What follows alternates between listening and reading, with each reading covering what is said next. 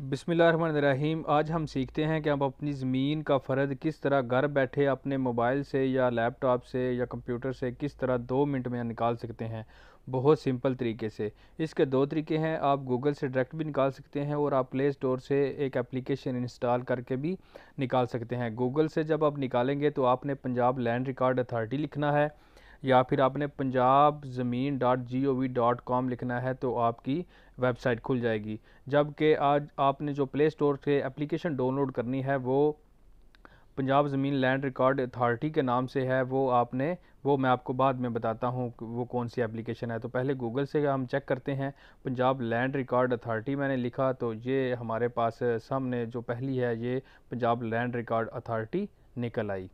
तो इस पर हमने क्लिक किया तो उसके बाद जी हमारे पास ये साइट खुल गई। ये सामने जो उनका इश्तिहार है इस पर क्रॉस के निशान पर क्लिक करेंगे, ये बैक चला जाएगा। उसके बाद जी ये दो ऑप्शन है, बुक अपॉइंटमेंट और ऑनलाइन फ़र्द। बुक अपॉइंटमेंट आपने तब करनी है जब आपने अराजी रिकॉर्ड सेंटर जाना है या आपने पटवार खाने जाना है। तो आपने मसलन इंतकाल वगैरह या ज़मीन की खरीदो फरोख्त करनी है तो आपने पहले बुक अपॉइंटमेंट कर लेंगे, अपॉइंटमेंट ले लेंगे तो आपको लाइन में नहीं लगना पड़ेगा, आपका डायरेक्ट जाते ही काम हो जाएगा। जबकि दूसरा जो तरीका है हमने क्योंकि ऑनलाइन फ़र्द निकालना है तो हम फ़र्द पर क्लिक करते हैं। ऑनलाइन फ़र्द पर हमने क्लिक किया तो उसके बाद जी ये हमें 3-4 ऑप्शन दे रहा है कि आप उर्दू में वेबसाइट इस्तेमाल करना चाहते हैं, इंग्लिश में, या आप शिकायत करना चाहते हैं, शिकायत इंदराज करना चाहते हैं।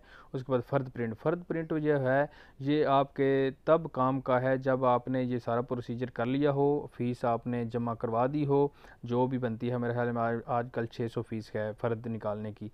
तो बाद में आप यहाँ आके फ़र्द प्रिंट निकाल सकते हैं जब आपकी फ़ीस उनके पास गवर्नमेंट के पास चली गई हो। तो नया अंदराज जो है ये आपने करना है। तो पहले मैं उर्दू करता हूँ सेलेक्ट।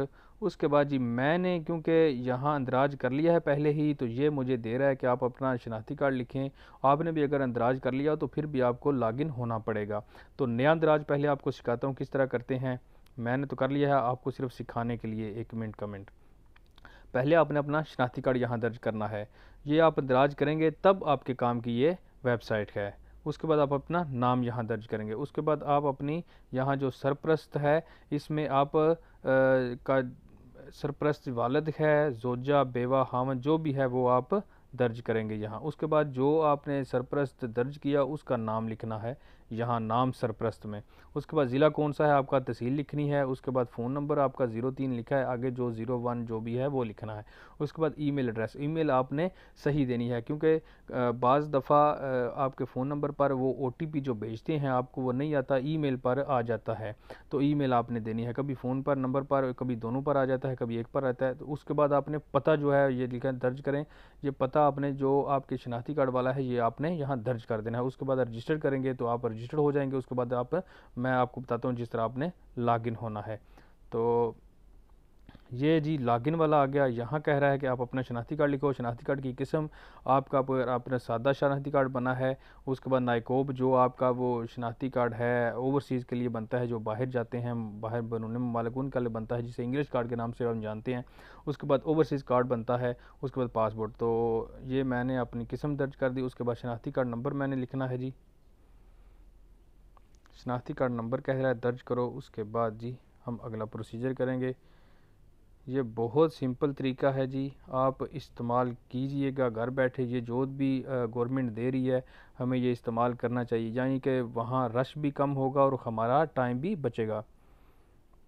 तो कह हमने लिख दिया, अब कह रहे हैं आगे चलें।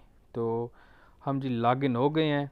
अब कह रहा है जी OTP आपको, यही मैंने बताया कि आप अपने ईमेल या नंबर सही लिखना है। आपको OTP ये देखें जी, OTP मेल पे भी आ गया है और उधर मेल पे भी आ गया और फ़ोन नंबर पे भी आ गया। हमारा OTP है जी 7179 7179।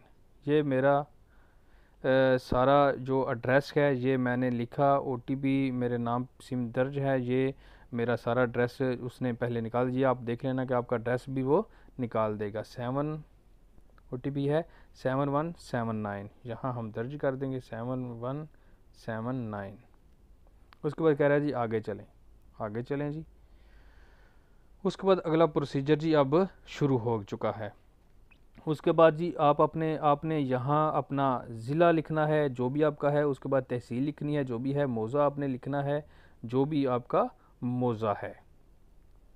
उसके बाद जी नकल का मकसद ज़ाती रिकार्ड, ये आपका सिर्फ ज़ाती रिकार्ड नहीं निकलेगा, ये आपने बात याद रखनी है, क्योंकि और किसी भी काम के लिए आपको अपॉइंटमेंट लेनी पड़ेगी, आपको अराजी रिकॉर्ड सेंटर जाना पड़ेगा। आपका ज़ाती रिकॉर्ड या ज़ाती मलकियत जो भी आपका फ़र्द होता है वो आप अपनी अदालत में वगैरह इस्तेमाल कर सकते हैं, आप किसी को दिखा सकते हैं ये मेरे नाम पे ज़मीन है, तो वो आपका बाद में मुआहदा हो सकता है।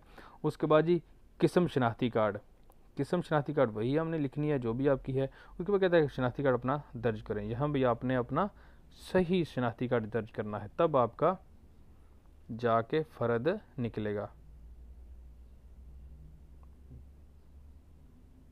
ठीक है, हमने दर्ज कर दिया। उसके बाद जी आपका नाम, जो भी आपका नाम है, उसके बाद सरपरस्त का नाम यानी आपके वालिद साहब का नाम, अमूमन आपका और आपका वालिद साहब का नाम। उसके बाद कहता है जी तलाश करें।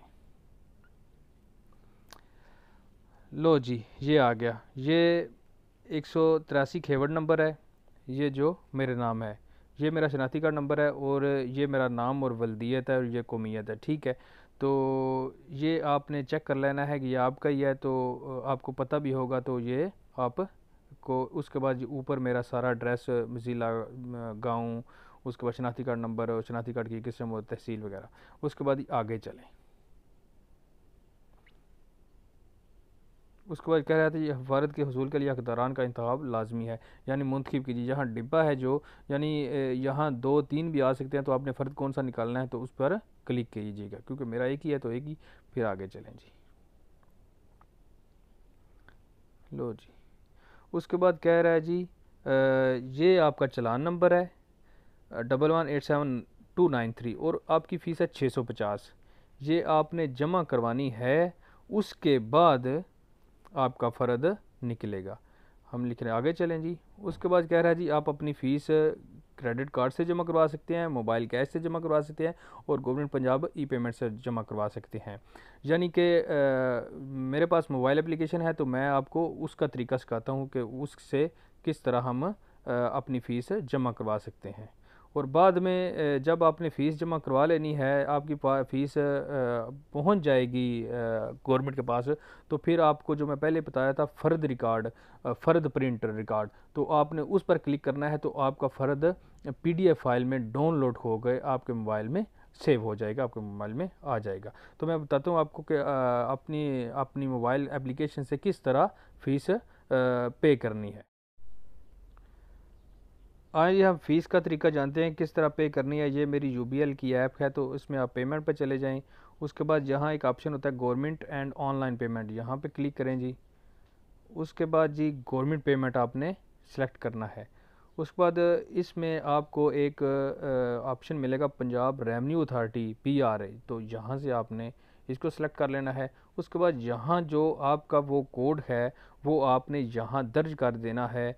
6 7 हिंसों का कोड होता है PSID, तो आपने यहाँ दर्ज किया, अगर दर्ज करके तो यहाँ आपने कंटिन्यू कर देना है, तो ये आपकी फ़ीस ऑटोमेटिकली गवर्नमेंट के पास चली जाएगी, और वो आपको ट्रांजैक्शन नंबर दे देंगे। ठीक है, उसके बाद अगर आप उधर फ़र्द प्रिंट पर अगर आपका ना निकले, एरर कोई दे, तो आपसे वो आप ट्रांजैक्शन नंबर मांगेगा, तो ट्रांजैक्शन ID मांगेगा, तो वो आप दर्ज करेंगे उधर, तो आपका फ़र्द निकल आए।